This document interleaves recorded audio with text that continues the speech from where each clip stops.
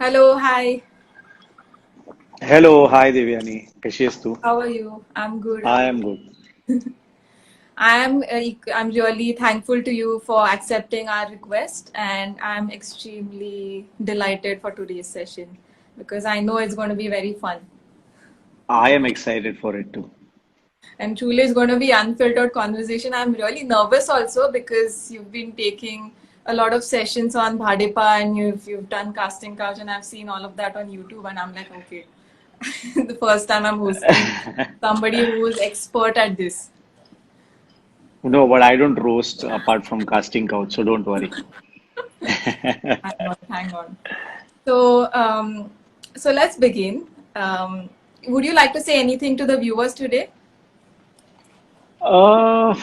नाही, मी काय बोलू. आय थिंक होपफुली सगळे आता परत कामाला लागले असतील आणि बऱ्याच ठिकाणी हळूहळू काम आता सुरळीत सुरू होत आहे लॉकडाऊन नंतर सुद्धा. पण आय होप सगळे काळजी घेत आहेत आणि आपापली कामं करतायत आणि आय होप सगळे सुखी आहेत आणि शांत आहेत. I hope everyone is at peace. Amazing. मला एक प्रश्न विचारायचा होता तुम्हाला की या, you have a very interesting journey. तू असं तुम्हाला तुम्ही तुम्हाला म्हणू नको मला असं. ओके. तो मला मला असं एक मी प्रश्न विचारायचा होता प्रोफेसर वगैरे की असल्यासारखं वाटतं. थिएटर पासून ते OTT पर्यंत या. आतापर्यंत सगळं तुम्ही केलेलं आहे, सॉरी तू केलेलं आहे. तर त्याचा प्रवास कसा होता? How was your journey of working from theatre to OTT? तसं जर्नी इंटरेस्टिंग आहे. आय थिंक मी तसा एका इंटरेस्टिंग फेजचा भाग आहे. म्हणजे आता ओव्हरऑल एंटरटेनमेंट इंडस्ट्रीसाठी एक खूप इंटरेस्टिंग फेज चालू आहे गेले 2.5-3 वर्ष. की आपण हे बघतोय की खूप अव्हेन्यूज ओपन होत आहेत. म्हणजे जर पूर्वीचा काळ बघितला, आपल्या आधीचं किंवा त्याच्या आधीचं जनरेशन बघितलं, थोडंसं 2 पिढ्या आधी जर बघितलं, तर त्यांना फुल टाइम ऍक्टिंग मध्ये करिअर करणं हा खरंच खूप मोठा गॅम्बल होता. म्हणजे खूप मोठा टास्क होता त्यांच्यासाठी असं मला वाटतं. पण आपल्या जनरेशनसाठी तसं राहिलेलं नाहीये. I think correct. इतके अव्हेन्यूज ओपन झालेत की तुम्ही खरंच फुल टाइम ऍक्टर होऊ शकता. म्हणजे एक अत्यंत ऍव्हरेज ऍक्टर असेल तरी त्याला चांगलं काम मिळू शकतं असं मला वाटतं. आणि त्याच्या पलीकडे जाऊन जे खूप टॅलेंटेड आहेत, जे खूप चांगलं काम करतायत, जे खूप हुशार आहेत, त्यांची तर अजूनच प्रगती होताना आपल्याला दिसते. सो मला वाटतं तो फार महत्वाचा मुद्दा आहे की तुम्हाला OTT प्लॅटफॉर्म्स अवेलेबल आहेत, तुम्हाला युट्यूब आहे, you can make a career out of just Instagram. आणि करेक्ट. फक्त ऍक्टिंगशी रिलेटेड नाही, पण या एंटरटेनमेंट इंडस्ट्रीमध्ये कुठलंही प्रोफेशन तुम्हाला निवडायचं असेल तर आय थिंक हा काळ फार करेक्ट आहे सगळ्यांसाठीच. सो मी तो जर्नी बघितला. सुरुवातीला मला फक्त आयुष्यात फक्त नाटकातच काम करायचं होतं, कारण मला तिथेच खूप मजा यायची. हळूहळू मला असं वाटायला लागलं की आपण आता टेलिव्हिजनमध्ये, सिनेमामध्ये सुद्धा काम करून बघायला पाहिजे. मग eventually with something like Bhadipa YouTube वरती सुद्धा शो करायची संधी मिळाली आणि त्याचे सुद्धा आम्हाला रीच कसा इंटरेस्टिंग आहे तो बघायला मिळाला. आणि गेले 2-2.5 वर्ष OTT वरती सुद्धा मी काम करतोय. असूर नावाच्या शो मध्ये पहिल्यांदा मी OTT वरती काम केलं. कार्टेल नावाचा आता एक शो मी करतोय. 2-3 शोज चाललेत खरं तर. कमाल आहे, कारण खूप इंटरेस्टिंग रोल्स करायला मिळतात आणि द बेस्ट पार्ट इज तिकडे लोक ऍक्टर बघायला जात नाहीत, तिकडे लोक चांगलं काम बघायला जातात. म्हणजे फक्त बरोबर. तुम्ही चांगले ऍक्टर असून तुमचं काम होत नाही, तुम्ही चांगलं काम केलं ना त्या सगळ्या ह्याच्यात तरच फरक पडतो. सो आय थिंक त्यामुळे मला ते खूप इंटरेस्टिंग वाटतं मीडियम OTTचं. मी तुला दालन आणि अमर फोटो स्टुडिओ ह्याच्यामध्ये बघितलेलं आहे. सगळ्यांना तुझा रोल खूप आवडलेला आहे. तर थिएटर एक वेगळंच प्रोफेशन आहे ज्याच्यामध्ये डिसिप्लिन लागतं आणि परफेक्शन लागतं, कारण तुम्ही चुकू नाही शकत या, त्या गोष्टीमध्ये. तर त्याचा इम्पॅक्ट तुझ्या आयुष्यावर कसा पडला? तुम्ही चुकू नाही शकत असं वाटत नाही मला थिएटर बाबतीत. खरं तर मला असं वाटतं की तुम्ही चुकू शकता. खरं तर तुम्ही चुकतच असता. त्या चुका तुम्ही अच्छा. कशा कमी झाकता थिएटरमध्ये हा. हा खरा मुद्दा असतो. म्हणजे मला माहिती असं कुठल्याही नाटकाचा एकही शो नाही ज्यात मी चुकलेलो नाहीये. हम्म, हम्म, एकदा तर असं झालं होतं की नाटकाचं जस्ट कर्टन बाजूला गेला होता आणि हम्म, पहिल्या माझ्या डायलॉगला मी ब्लँक झालो होतो. पण it's how you cover it up. काहीतरी मी हम्म, कव्हर अप केलं, डायलॉग आठवायचा प्रयत्न केला आणि पुढे गेलो. आय हम्म, थिंक थिएटरची गंमतच ही आहे की थिएटर तुम्हाला चुकायची खूप संधी देतं, पण तुम्ही तुमच्या चुकांबद्दल फार तिथे घाबरून जाऊन चालत नाही. म्हणजे प्रत्येकाला चुकायची आपल्याला संधी मिळते आणि theatre teaches you that. It's just that तुमच्या चुका तुम्ही लोकांसमोर करणार आहात आणि त्या चुका तुम्ही किती छान एम्ब्रेस करता, त्या चुका किती छान सजवून लोकांसमोर दाखवता, ती खरी गंमत आहे थिएटरची असं मला वाटतं. आणि मला खूप मजा येते. मी नेहमी असं म्हणतो की मला थिएटर मध्ये असल्यानंतर खरोखर स्टेजवर असल्यावर ऍट पीस वाटतं. काही किस्सा आहे का मजेदार ज्याच्यानी जो आतापर्यंत आठवतो? आमची एक एकांकिका होती, सायकल नावाचं एक नाटक होतं. ती एकांकिका होती, त्यात मी आणि निपुण म्हणजे कॉलेजमध्ये असताना आम्ही ती केली होती. बरीच लोक होती त्या एकांकिकेत जे आता बरंच चांगलं काम करतात. सो त्यात असं आहे की निपुण सायकल चालवत असतो, मी त्याच्या मागे सायकलवर बसतो आणि धोतर घालायचो, मी त्याच्यात धोतर नेसायचो. सो माझं धोतर एका पॉइंटला त्या ह्याच्यात अडकलं, सायकलच्या चेन मध्ये अडकलं आणि मला पटकन सायकलवरनं उतरून पळत जाऊन अख्खं थिएटर असं दुसऱ्या विंग मधनं एंट्री घ्यायची होती आणि ते धोतर काढायचा मी प्रयत्न करत होतो, ते धोतर फाटलं त्या सगळ्या ह्याच्यात. सो पूर्वीच्या सिनेमांमध्ये कॅबरे डान्स करताना कशा असे एक त्यांचे स्लिट असायची अशी इथे मांडीपाशी, तसा माझा ड्रेस झाला आणि ते पाय अख्खा दिसायला लागला मांडीपर्यंत वगैरे वरपर्यंत. तर ते अवॉइड करायचा प्रयत्न मी करत होतो आणि अख्खा परफॉर्मन्स ते असं धोतर फाटलेलं धोतर कव्हर करत करत परफॉर्म केलं. सो तो एक किस्सा मला आठवतोय अगदीच. कॉन्फिडन्स लागतो पण त्या गोष्टीसाठी खूप. मला वाटतं असे किस्से घडल्यानंतरच तुम्हाला कॉन्फिडन्स येतो. म्हणजे जेव्हा असे काहीतरी मोठे ब्लंडर्स होतात स्टेजवर काम करताना, तेव्हाच काहीतरी तुम्हाला स्टेजवर असायची गंमत कळते आणि कॉन्फिडन्स पण येतो. एक असा परसेप्शन आहे की comedy is the most difficult genre we can ever have, तर त्याबद्दल काही बोलू शकता का? Because you are known for being spontaneous, तर would you like to tell something about it? I don't know. म्हणजे मला ते फार जास्त अवघड वाटत नाही, कारण की I think sense of humour हा आमच्या रक्तात आहे. आमच्या फॅमिलीमध्येच सेन्स ऑफ ह्युमर खूप लोकांमध्ये आहे. मोस्टली सार्कॅझम खूप लोकांमध्ये आहे आणि सगळ्यात महत्वाचं म्हणजे स्वतःवर हसायची अबिलिटी आहे. म्हणजे ती असली की तुम्हाला प्रॉब्लेम होत नाही. म्हणजे मला माझे बरेचसे मित्र पण म्हणतात की तू असं स्वतःवर हसणं कमी केलंस तरी चालेल, स्वतःची थट्टा कमी केलीस तरी चालेल, कारण तू एक ऍक्टर आहेस. पण मला असं वाटतं की स्वतःला सिरियसली आपण घेऊन फार काही होत नाही. आपण आपलं काम सिरियसली घेतलं पाहिजे, पण स्वतःला आपण फार सिरियसली घेतलं नाही पाहिजे असं मला वाटतं. स्वतःकडे सुद्धा ऑब्जेक्टिव्हली बघून आपण हसता आलं पाहिजे स्वतःला, आणि ती अबिलिटी माझ्यात भरपूर आहे. तर मी जर समोरच्याची जरा चेष्टा करत असेल तर पहिले मी म्हणजे त्याची एकदा चेष्टा केली तर मी स्वतःची 10 वेळा करीन. सो मला कॉमेडी तशा अर्थाने अवघड वाटत नाही.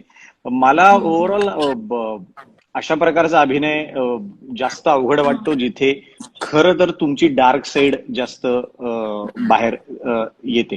म्हणजे कारण माणूस म्हणून आपण कायम असं खूप कंपोज वागायचा प्रयत्न करत असतो, प्रेझेंटेबल वागायचा प्रयत्न करत असतो. आपला एफर्ट हाच असतो की कसा मी चांगला वाटेल समोरच्या माणसाला. But when you are given a character जिथे तुम्हाला तुमची कम्प्लिटली डार्क साईड दाखवायची आहे, तर ती डार्क साईड सुद्धा खूप तुम्हाला अनफिल्टर्ड पद्धतीने दाखवता आली पाहिजे. सो मला ते रोल जास्त अवघड वाटतात जिथे खूप इव्हिल साईड किंवा तुमची माणूस म्हणून डार्क साईड दिसते. So you are a multifaceted actor. आता तुम्ही एक जो पॉइंट सांगितला की comedy you always had that in you, पण आता एक्झाम्पल कोणी नवीन न्यूकमर असेल ज्याला कॉमेडी पासून ते सिरियस साइड पर्यंत काम करायचं असेल, तर त्यांनी कुठली मेथड वापरली पाहिजे? बिकॉज ह्याला खूप मेथड लागते. I think it's called as method acting or something, I am not sure, पण त्याच्यावर तुम्ही काही सांगू शकाल? मी सुद्धा मेथड ऍक्टिंगच्या बद्दल काही पुस्तकं वाचली आहेत, काही अशा लोकांबरोबर काम केलंय की जे मेथड ऍक्टिंग असं एक शिकवतात. पण इव्हेंच्युअली जे म्हणजे बऱ्याचशा लोकांचं हेच म्हणणं आहे की अशी एक कुठली पद्धत नसते. म्हणजे तुम्ही जेव्हा काम करता तेव्हा तुम्हाला तुमची पद्धत शोधावी लागते. You will have to find your own method. म्हणजे असं असू शकतं की आता मला रडायचा सीन आहे, आता असा सीन आहे की मी ढसाढसा रडतोय, तर त्या सीन मध्ये मी काय करणार बाबा? तर सीन समजा असा असेल की बाबा माझ्या समोर कोणाचा तरी माझ्या जवळच्या माणसाचा खून झालाय आणि मला रडायचंय, तर आता माझ्या कुठल्याच खऱ्या आयुष्यात जवळच्या माणसाचा असा खून नाही झालेला आहे, तर मला कसं ते आठवण रडू येईल? पण तुम्ही असं कुठलं तरी तुमच्या आयुष्यातली कुठली तरी अशी मेमरी असेल जी त्या प्रसंगाबरोबर तुम्ही जोडू शकता. समजा माझं आयुष्यातलं कोणीतरी जवळचं गेला असेल, तो प्रसंग मला आठवत असेल आणि मला तेव्हा झालेलं दुःख असेल, I try and recollect that, आणि मग ते आपण तिथे रिक्रिएट करायचा प्रयत्न करतो. So this is just one technique. आता अशा प्रत्येकाच्या वेगवेगळ्या टेक्निक्स असतात. सो आय डोंट थिंक असं मेथड ऍक्टिंग असं काही मी एक वापरलंय कधी माझ्या रोलला अप्रोच करताना. आणि सगळ्यात महत्वाचं म्हणजे just surrender to the director. कारण डिरेक्टर हा खरोखर तुमचा देव असतो. तर तुम्ही त्या देवाचं ऐकलं पाहिजे जे काही दिवस तुम्ही शूटिंग करता किंवा जे काही दिवस रिहर्सल करता तो. आणि डिरेक्टर जी मेथड सांगेल तीच सगळ्यात महत्वाची असं मला वाटतं. अमेझिंग. आत्ताच्या जनरेशन मध्ये जसं आपण आधी बोललो की there has been a rapid upgrade in digital platforms, opportunities खूप आहेत, तर ते ऍक्टर्ससाठी किती बेनिफिशियल आहे आता? मी म्हणलं तसं ग्रेटच आहे. काही नाही तर तुम्ही स्वतःच तरी कॉन्टेंट प्रोड्यूस करूच शकता. म्हणजे आता किती गेल्या दीड वर्षात किती लोक स्वतःचा चांगला कॉन्टेंट जनरेट करतायत. इंस्टाग्रामवर असेल, युट्यूबवर असेल, फेसबुकवर असेल, आणि they are doing amazing work. म्हणजे भरपूर पैसे सुद्धा कमवतात. स्वतःच्या घरी मोबाईल फोन वापरून काय असेल, स्वतःच्या आई बाबांना नाचायला लावतात, कधीतरी आजीला नाचायला लावतात, व्हॉट एव्हर इट इज. पण जोक्स अपार्ट, पण मला असं वाटतं की द बेस्ट पार्ट इज की किती किती चांगला कॉन्टेंट जनरेट करतात लोक, आणि सेल्फ सस्टेनेबल झालंय हे सगळंच. सो मला नेहमी असं वाटतं की acting is not just what you do between action and cut. The definition of acting is really growing every day. Its vast, आणि तुम्ही जेवढा त्यात प्रयत्न कराल ते शिकायचं तेवढं ते वास्टच आहे. म्हणजे acting is not just your performance, it is much more than that. So ते आपल्याला जास्त बघायला मिळते सध्या. आता actors, apart from actors, people like us, म्हणजे काय होतं की when it comes to confidence किंवा लेट्स से आम्हाला काहीतरी कॉन्टेंट क्रिएट करायचं असतो. आता social media is everything honestly. म्हणजे बिझनेस म्हणा किंवा आर्टिस्ट म्हणा किंवा whoever selling a kitchen garden kit or what ever, तर त्याच्यासाठी being patient and being very strong की बिझनेस कन्व्हर्जन्स होतात का नाही, किंवा ऍक्टिंग मध्ये पण काही असे मोमेंट्स असतील when you are still struggling and growing and creating that level of followers और रीच, तेव्हा जो मोमेंट असतो की यू डोंट नो की what is going to happen, किंवा मला कमवता येईल का नाही, किंवा या सगळ्या गोष्टी पासून लोकांनी हे गोष्टी कशा फेस केल्या पाहिजेत and still stay strong? Specifically मला सोशल मीडियाबद्दल असं वाटतं की सोशल मीडिया ही अशी गोष्ट आहे जी मी फार जास्त मनाला लावून घ्यायचं नाही असं ठरवलंय. कारण खूप जास्त त्याच्यावर वेळ घालवल्यानंतर त्या व्हॅलिडेशनची आपल्याला सवय लागते. आपल्याला असं वाटतं की इथे कोणी मला म्हणलं ना की अरे काय मस्त काम करतोस तू, तर आपल्याला ते खरं वाटायला लागतं. आणि इथे कोणी जर कमेंट करून म्हणलं की अरे किती घाणेरडा ऍक्टर आहेस तू, तर ते पण आपण मनाला लावून घेतो. सो ओव्हर द इयर्स मी हा प्रयत्न करतोय की सोशल मीडिया हे काही माझ्या व्हॅलिडेशनसाठी मला म्हणजे it's not going to be my only validation. मला पण आतनं कळलं पाहिजे मी काय करतोय, कसं करतोय. डेफिनेटली माझं काम लोकांपर्यंत पोहोचवायला, प्रमोशनसाठी वगैरे सोशल मीडिया हे अप्रतिम आहे असं मला वाटतं.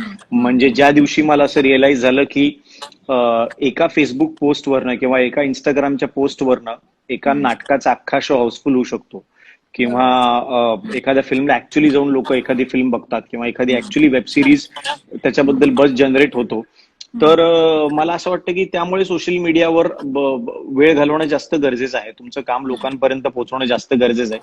पण खरं सांगायचं तर मी कधी माझ्या मनात एक्झॅक्टली काय चाललंय ते मी लोकांना सांगत नाही. मला असं वाटतं की ऍक्टर असल्यामुळे थोडीशी माझ्याबद्दलची अँबिग्युइटी असणं लोकांना गरजेचं आहे. सतत जर तुम्ही मला इंस्टाग्रामवर हसताना, रडताना, चिडताना, विनोद करताना बघितलं तर त्याची काहीच नॉवेल्टी उरणार नाही. मग मी कॅरेक्टर म्हणून जे करतो ते काही सरप्राइझिंग राहणार नाही त्या सगळ्या ह्याच्यात. सो मी प्रयत्न म्हणजे मला एखाद्या गोष्टीचा खूप राग आला, मला खूप वाईट वाटत असेल तर डेफिनेटली मी प्रयत्न करतो की मी ते इंस्टाग्रामवर टाकणार नाही किंवा फेसबुकवर टाकणार नाही. Try and share it with my friends. पण माझ्या पर्सनॅलिटीची जी एक बाजू आहे, as you sed, may be ती जी सार्कॅस्टिक साईड असेल किंवा फनी साईड असेल, मी प्रयत्न करतो की तीच दिसावी शक्यतो. जी इमोशनल बाजू आहे ती फार सोशल मीडियापासून मी थोडीशी लांब ठेवतो. अमेझिंग. कारण ह्याच्यामध्ये काय होतं की आपल्याला आपला पीस आणि स्पेस मिळतो क्रिएटिव्हिटीसाठी किंवा स्वतःवर एक्झॅक्टली. येण्याची वेळ मिळते आणि that's very important right now. How do नाहीतर you look at social media? म्हणजे तुला काय वाटतं सोशल मीडियाबद्दल? For me do social you let media it is all affect you? It use to before, पण इव्हेंच्युअली बिकॉज सोशल मीडिया कंपनीवर eventually आम्हाला रोजच सोशल मीडियावर काय ना काहीतरी पोस्ट करायला लागतं किंवा we handle clients which are only on social media. तर मी एक ठरवलंय की त्या ज्या गोष्टी सोशल मीडियावर होतात त्याचा आणि पर्सनल लाईफचा संबंध कमीच ठेवावा, कारण मग आपली ग्रोथ किंवा आपली क्रिएटिव्हिटी कमी होते.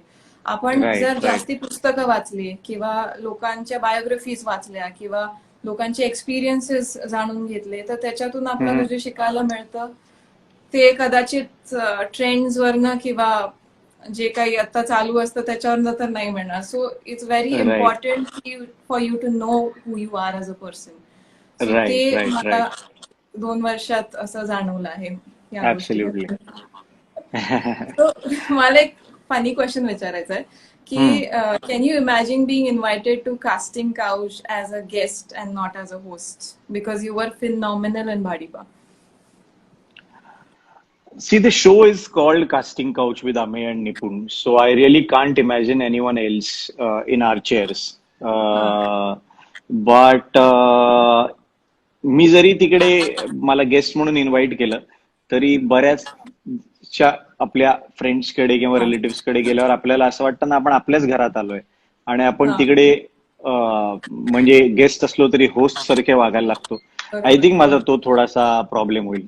मला ती थिन लाईन कळणार नाही की मी होस्ट आहे की गेस्ट आहे, जे मला बऱ्याचदा इंटरव्ह्यू देताना पण होतं. मला असं वाटतं की आता खरं तर मी उत्तर द्यायचे समोरच्याला का मी प्रश्न विचारायचे, जसं मगाशी मी चुकून मीच तुला एक प्रश्न विचारला.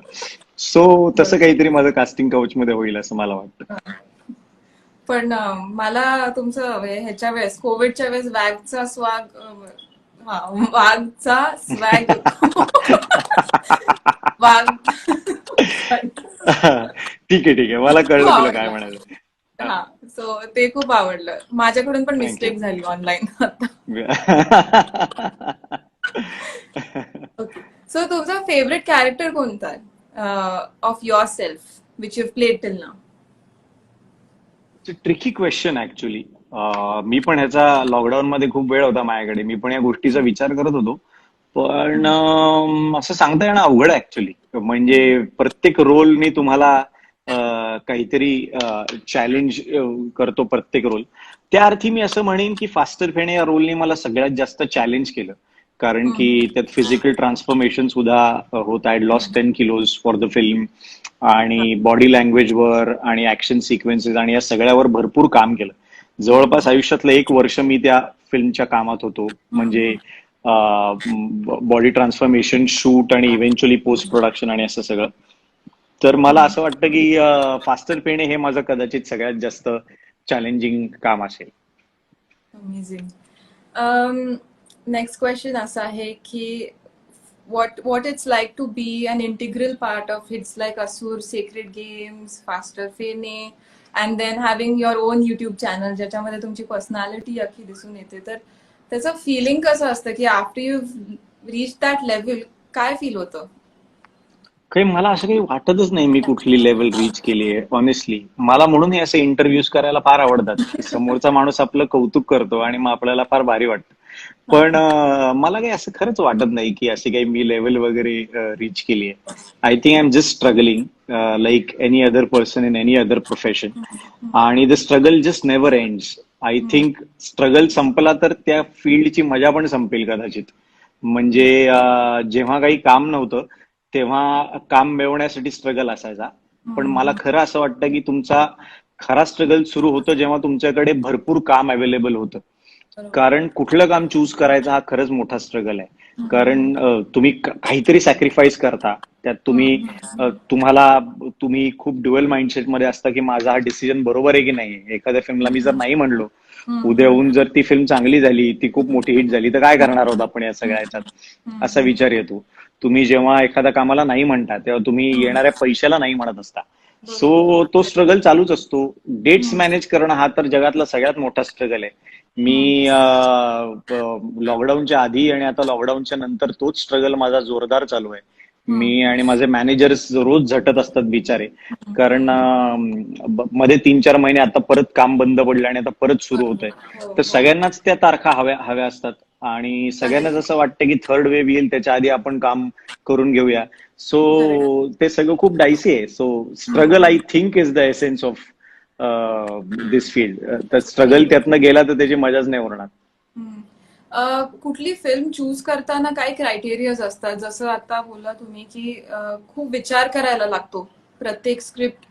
तर काही असं काही गोष्टी आहेत का किंवा काही पॉइंट्स आहेत का जे तुम्ही you always look into a script and then you decide upon it? Honestly बऱ्याचदा असं होतं खूप इन्स्टिंक्टिव्हली की एखाद्या माणसाबरोबर आपल्याला काम करायचं असतं, एखाद्या डिरेक्टर बरोबर काम करायचं असतं. म्हणजे मला असं वाटतच नाही की एखादा ऍक्टर चांगल्या फिल्म्स चूज करतो. आय थिंक चांगला डिरेक्टर तुम्हाला चूज करत असतो. That is how it works. तुम्ही फक्त वाईट फिल्म्सला नाही म्हणता किंवा ज्या फिल्म्स तुम्हाला करायच्या नाहीयेत त्याला नाही म्हणता. You just choose not to do something. Correct. You can never choose what to do.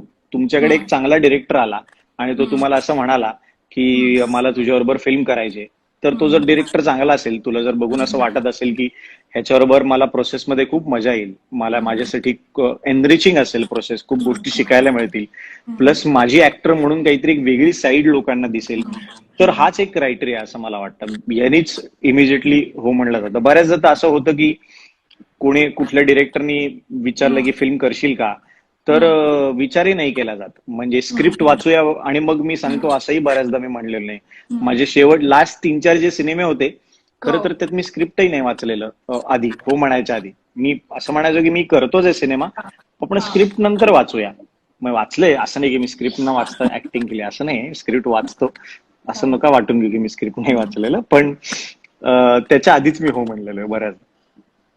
असूरचा काही एक्सपिरियन्स सांगाल का ह्याच्यानं? Because Asur was something which is very intense character आणि शेवटपर्यंत कळत नाही की नक्की कोण आहे ते. म्हणजे and then it was amazing to see the revelation and everything. तर काही असा Asur was an interesting project. कारण शूट करताना काही अंदाज येत नव्हता, because there are lot of parallel time बरोबर. लाईन्स हो. In the show. Siddharth Jadhav आला. हाय सिद्धार्थ जाधव. सिद्धार्थ जाधव कमाल ऍक्टर म्हणतोय मला. बाप, हे असे सिद्धार्थ जाधव वगैरे मी असं त्याला प्लांट करून ठेवलेली माणसं ज्यांनी कौतुक केलं पाहिजे आपलं काय. सो हा, सो असुरीच्या बाबतीत खूप पॅरल शूटिंग चालू होतं वेगवेगळीकडे. सो कळत नव्हतं की एक्झॅक्टली काय होणार आहे. मी पण मागच्या वर्षीचा लॉकडाऊन मध्ये पहिल्यांदा तो शो अख्खा असा बसून बघितला. इव्हन आय वॉज सरप्राईज, कारण ॲज आय सेड बऱ्याचशा शूटला मी नव्हतो आणि माझं जेवढं होतं तेवढंच मला माहिती होतं ट्रॅक. आणि I think it's a very very well written show. म्हणजे गेल्या वर्षातल्या काही चांगल्या शोज मध्ये तो होता. I think it was a very very good breakthrough for me. कारण मी सुद्धा माझ्या मराठीत मी जास्त चांगले म्हणजे पॉझिटिव्ह रोल्स केलेत most of the times.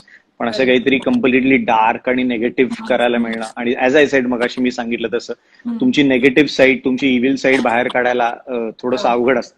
So असुर त्या बाबतीत खूपच इंटरेस्टिंग होता. आणि आता असुरचं शूटिंग सुरू झालंय. माझं पण शूटिंग सुरू होईल असुरचं एक पुढच्या 4-5 दिवसात. लुकिंग फॉरवर्ड फॉर सीझन 2 या that. Okay, so I want to ask you ki what is next on your plate as an actor when it comes to the next 2 years? आता तुम्ही आताच बोला की खूप पॅक्ड आहे, बट काही interesting गोष्ट तुम्ही सांगू शकता का? खूप इंटरेस्टिंग आहे. मी माझे 5 मराठी सिनेमे रिलीजला रेडी आहेत. त्यातल्या 2 मध्ये मी कॅमिओज केलेत. पण कॅमिओज म्हणजे पण they are like good roles, खूप चांगले मिटी रोल्स आहेत आणि 3 मध्ये लीड रोल्स आहेत आणि ते तिन्ही सिनेमे आणि बाकी 2 म्हणजे टोटल 5 सिनेमे रिलीजला रेडी आहेत. 2 हिंदी वेब शोज आहेत ज्याचे शूटिंग कम्प्लीट झालंय, ते मी बाहेर यायची वाट बघतोय. त्याच्या व्यतिरिक्त अजून एक नवीन मोठी हिंदी वेब सिरीज मी करतोय, त्याबद्दल लवकरच मी सगळ्यांना सांगेन. त्याचबरोबर असूरचा सेकंड सीझन आहे ज्याचंही आता पॅरलली शूटिंग चाललंय. एका हिंदी फिल्मचं आता शूटिंग माझं चाललंय. So crazy amount of work आणि I am thoroughly enjoying it. Recently मी ऑडिओ बुक्स मध्ये पण एक ट्राय केलं. फास्टर पेण्याचे ऑडिओ बुक्स केले मी 20, जे स्टोरीटेल ऍप वरती अवेलेबल आहेत. So that was something new. So ही सगळी भयानक भरपूर कामं चालू आहेत आणि मला कळत नाही कधी कधी की मी म्हणजे असा उठून दुसऱ्या दिवशी कुठल्या सेटवर जाणार आहे. स्वतःला कायम असं कॅलिब्रेट करायला लागतं. आज शूटिंग एक संपल्यावर उद्या दुसरं कुठलं तरी शूटिंग असतं. स्वतःला एक रिफ्रेश बटन तयार ठेवलंय मी.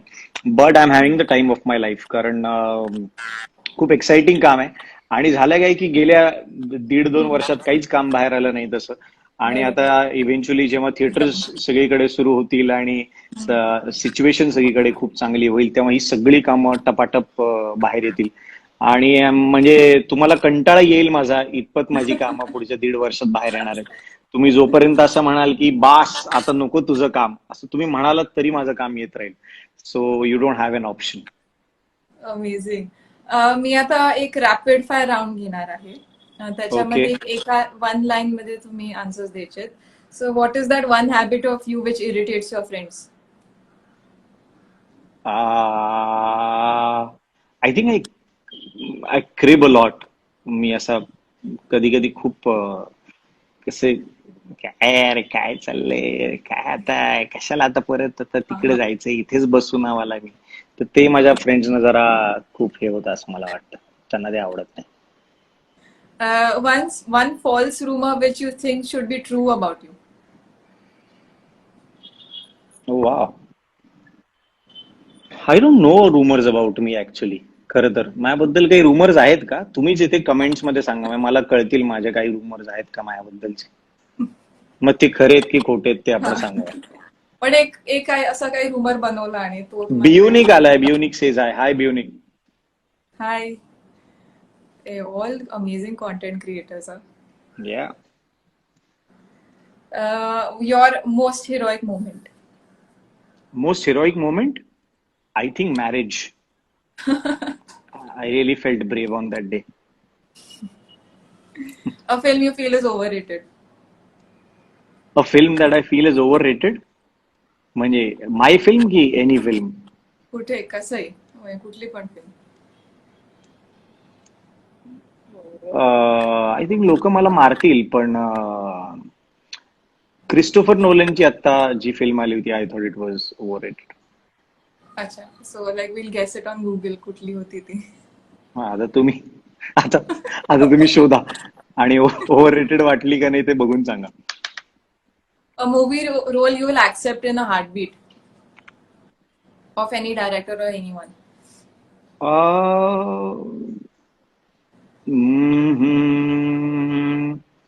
मला कोणी चार्ली चॅपलिनच्या बायोपिक मध्ये काम दिलं तर मी लगेच घेईन. अमेझिंग. आणि आय थिंक खूप छान होईल ते, खूप छान होईल. I don't no me Charlie Chaplin सारखा दिसतो का? पण think of celebrities you would like to associate these hashtags with. Troublemaker. Okay. Troublemaker. I think Aditya Sarpotdar, my director friend, is a good troublemaker. By that I mean की सिनेमात जेव्हा trouble दाखवायचा असतो ना, he makes it really good on screen. So तसा तो चांगला trouble maker आहे. अमेझिंग. आणि झॉम्बिवली मधला ट्रबल त्यांनी खूप चांगला दाखवलाय म्हणून. The legend. The legend? The legend. इंडस्ट्रीतलं कोणाबद्दल सांगायचंय? हो. आय थिंक डॉक्टर श्रीराम लागू लेजेंडरी होते माझ्यासाठी. मला ते फार नट म्हणून फार आवडतात. फार मोठे नट होते आणि त्यांनी खूप ग्रेट काम करून ठेवलंय, जे बऱ्याचशा जनरेशनसाठी खूप इन्स्पायरिंग आहे. So I think the legend for me means doctor लागू. Amazing. Gossip machine. Gossip machine is me, totally. I think Because I'm the best running gossip machine. I can never stop. can I you have give all one the scoop in the world. can you give one scoop right now about anything तू about तिथेस, industry? नाही तर मी butterscotch किंवा व्हॅनिलाचा scoop दिला असता, पण आता शक्य नाही because An actor or anyone who's always late. an actor or anyone who's always late. I used to be late. Hmm. आता मी एवढा लेट नसतो ऍक्च्युली. मी आता बऱ्यापैकी वेळेवर जातो. मी एक काळ असा होता की मी खूप उशिरा जायचो सगळीकडे. Huh. Great. So this was a wrap on the session and एक खूप amazing session होता. It was fun. Now we take questions from the audience. I just pick should on. वी? I think तुम्हाला is it we should. Advisable? मला माहित नाही. लोक आता काय काय ट्रोलिंग बिलिंग सुरू करतील. काही फ्रेंड्स आहेत, ते हाँ. काहीतरी पर्सनल एक इनसाइड जोक्स करतायत. विराज गिलानी आलाय. विराज गिलानी म्हणतोय माझा भाऊ आम्ही भाऊ. हाय विराज, कसा आहेस तू? सो कसं करायचं आता? मी मी जरा क्वेश्चन बॉक्स मधले क्वेश्चन्स घेते. शंभवी इज आस्किंग की how was the experience of doing Faster Fene audio book. Shambhavi, I think Shambhavi ही मला माहितीये कुठली शांभवी आहे. शांभवी खूपच माझी वेल विशर आहे आणि खूप वर्ष ती सगळी नाटकं खूप वेळा बघायला येते, सिनेमे खूप वेळा बघते आणि हीच शांभवी असणार. It was a good experience. मला खूप मजा आली, कारण ऑडिओ बुक करताना तुम्हाला फक्त तुमच्या आवाजाची मदत होते. वेन युअर ऍक्टिंग तुम्हाला तुमची बॉडी वापरता येते, तुमचा चेहरा वापरता येतो, एक्सप्रेशन वापरता येतात. पण जेव्हा ऑडिओ बुक करता तुम्ही, आणि फास्टर फेणेची पुस्तकं खूप थ्रिलिंग आहेत, त्यात खूप ऍडव्हेंचर आहे, तर असं सगळं ऍडव्हेंचर तुमच्या आवाजातनं उभं करणं हे चॅलेंजिंग होतं. आणि मला खूप मदत झाली, कारण आम्ही लवकरच फास्टर फेणे 2 चं सुद्धा शूटिंग सुरू करणार आहोत. सो पुन्हा एकदा मी ती सगळी पुस्तकं रेकॉर्ड केली. So it really it help me for my prep for the film. Great. For doing acting, is acting class necessary? Not really, but मला असं वाटतं की चांगलं कुठलं वर्कशॉप जरी केलं ना तुम्ही, तरी त्याची खूप मदत होते. वाया काहीच जात नाही. म्हणजे वर्कशॉप केल्याने definitely you get a chance to brush up your skills. तुम्हाला एक चांगला अप्रोच मिळतो. तुम्हाला कळतं की कुठलं काम चांगलं असतं, कुठलं वाईट असतं. मोस्टली हे फील्ड असं आहे की जिथे एक्सपिरियन्स मधनच गोष्टी कळतात. पण आय वुड सजेस्ट की चांगल्या लोकांचं तुम्ही वर्कशॉप करा. पण मी हे नक्की सांगेन की तुम्ही प्लीज 1000 वेळा क्रॉस चेक करा, कारण फसवणारी लोक खूप असतात या फील्डमध्ये. खूप लोक असं म्हणतात की आम्ही तुम्हाला वर्कशॉपमध्ये काम देऊ आणि नंतर फिल्ममध्ये वगैरे तुम्हाला संधी मिळेल वगैरे. पण आय थिंक ते जरा बघायला पाहिजे, म्हणजे नीट चेक करायला पाहिजे की तुम्ही कुठे पैसे भरताय, कोणाचं वर्कशॉप करताय. Amazing. So it was a fun session आणि thank you for your time today. तुम्ही खूप बिझी आहेत आणि थँक्यू की तुम्ही वेळ काढला. खरंच मोठी गोष्ट आहे ही व्ह्युअर्स साठी. पण काही एक मेसेज द्यायचा आहे तुम्हाला व्ह्युअर्सला for I today's don't know life? मी काय मेसेज देणार. मी एवढंच म्हणेन की मी सुद्धा खूप काळ नेगेटिव्ह होतो. गेले काही महिने खूप जवळची लोक वारली, खूप जवळची लोक अफेक्ट झाली. पण हळूहळू आयुष्य पूर्वपदावर येत आहे. तर आय होप तुम्ही सुद्धा छान पॉझिटिव्हली जगत असाल. तर सगळे छान पॉझिटिव्ह राहा, एनर्जेटिक राहा आणि मस्त काम करत राहा सगळे. तुमचा जो काही राग असेल, दुःख असेल, ते सगळं छान कामात चॅनलाइज करा आणि stay safe, stay healthy. Thank you. आणि थँक्यू देवयानी, मला तू इन्व्हाइट केलेस या सेशन मध्ये. खूप मजा आली. मी ऍक्च्युली बऱ्याच काळाने इन्स्टा लाईव्ह सेशन केलं. सध्या मी असं खूप टाळतोय, कारण कामामुळे सुद्धा काही करता येत नाही. But thank you so much for having me over. Thank you. खूप खूप मजा आली. Thank you so much. And viewers, thank you so much. We are really grateful for your support every time, and we'll be coming up with next episode. Thank you, everyone. Thank you, Amay. Thank you so much. So thank you I'll so end the much. live today. Yes. Take care. Bye bye guys. Max प्रेम. Yes. Thank you so much. Bye.